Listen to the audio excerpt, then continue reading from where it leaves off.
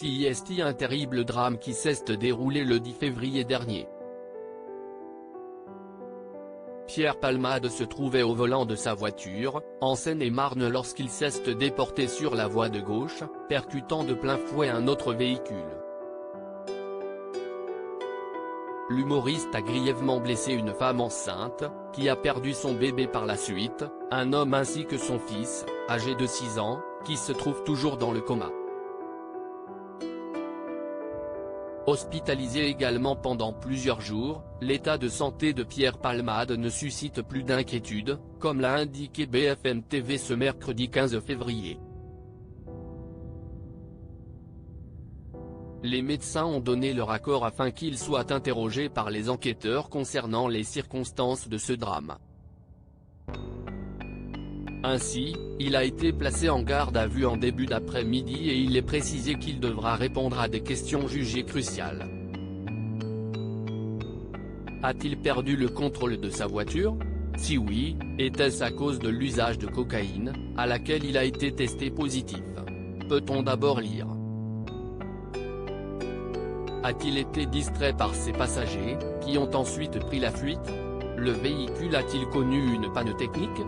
Un problème de moteur? Un pneu qui éclate? Est-il précisé?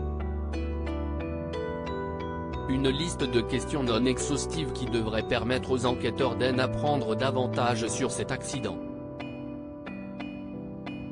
L'audition de Pierre Palmade est attendue par les enquêteurs mais aussi les proches des victimes.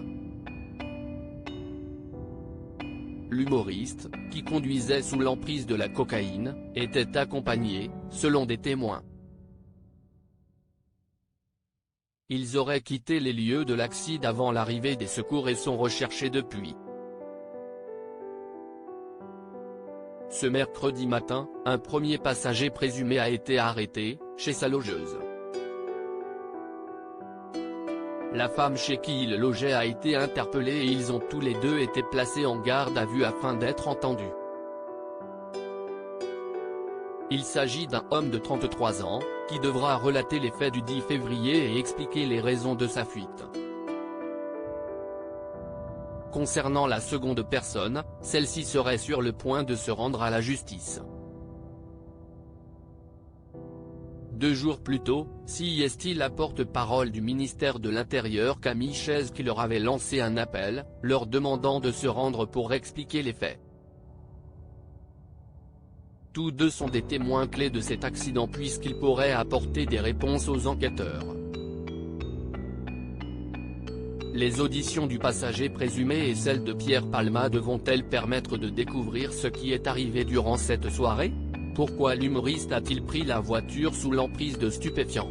Pierre Palmade, l'humoriste a-t-il pris la parole sur cet accident? Depuis le 10 février dernier, Pierre Palmade était hospitalisé. Son pronostic vital était d'abord engagé mais l'état de santé de l'humoriste s'est rapidement amélioré. Ce mardi 14 février, sa sœur Hélène a affirmé avoir pu lui rendre visite et elle a relaté ses propos. « J'ai pu voir mon frère Pierre à l'hôpital », a-t-elle d'abord indiqué avant d'ajouter, « il se réveille peu à peu et réalise l'horreur de ce qui s'est passé, de ce qu'il a causé. » Concernant ce terrible accident, Hélène Palmade déclare que l'humoriste est catastrophé, il a honte.